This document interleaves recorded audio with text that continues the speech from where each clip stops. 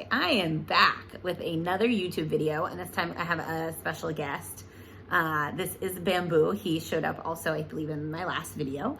And in this video, I wanted to talk a little bit about emotional eating. So I asked on Instagram what you guys were interested in hearing more about, whether it was the all or nothing mindset during the holidays or when is emotional eating okay. And this is a really important topic because I think in general, emotional eating has a really negative stigma around it. And we believe, that we should eliminate emotional eating. We shouldn't be eating for emotional reasons. The concept of eat when you're hungry, stop when you're full. And that is a great general concept to follow, but we need to recognize that food does have an emotional component, has a cultural component, and that's not something that we need to necessarily steer away from, but we do need to learn how to manage it a bit better. So when we're talking about emotional eating in sort of the stigmatized sense, that is emotional eating as a trigger response. So as an unconscious response to a feeling, and usually a feeling that we associate with negative. So something like anxiety, sadness, stress, loneliness, usually we'll have that trigger response, and you'll find yourself eating cookies or eating chips or ordering a pizza and eating in a way that is not in alignment with your goals or priorities. And so that's when it is a problem, when we find that it's not in alignment with our goals and priorities. However, the point of this video is to talk about when is emotional eating okay.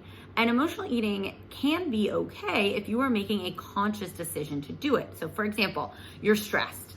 You've got a big project coming up, you're stressed out, and you decide to bake yourself some chocolate chip cookies.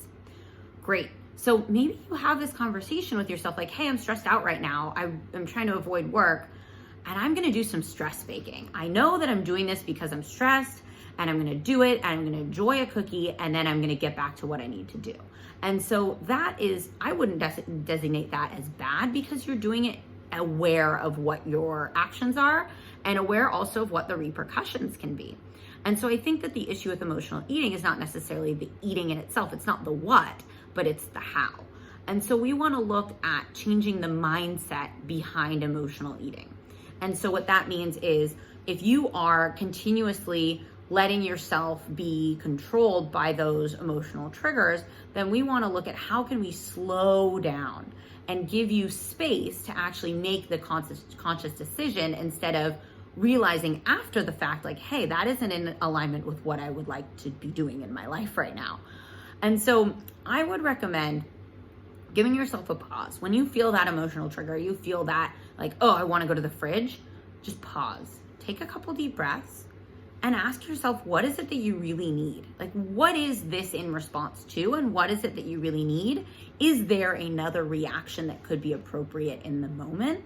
And then also, I really recommend taking notes on this stuff. So if this is something, if emotional eating is a part of your regular lifestyle, then I would really start journaling and taking a look at, what times of day are you triggered, what emotions or situations are triggering you, and what those reactions are to the situation. And from there, you can use that information to start changing what these actions are. And also know that there will be times in your life that you eat emotionally or you eat in response to an emotion or a trigger, and you do it consciously, and that's okay. So, I would love to hear your feedback on this. I'd love to hear if this is something that you've struggled with in the past. Please hit subscribe on these videos. I apologize, the editing is not great, but the content is awesome. I believe that it is awesome.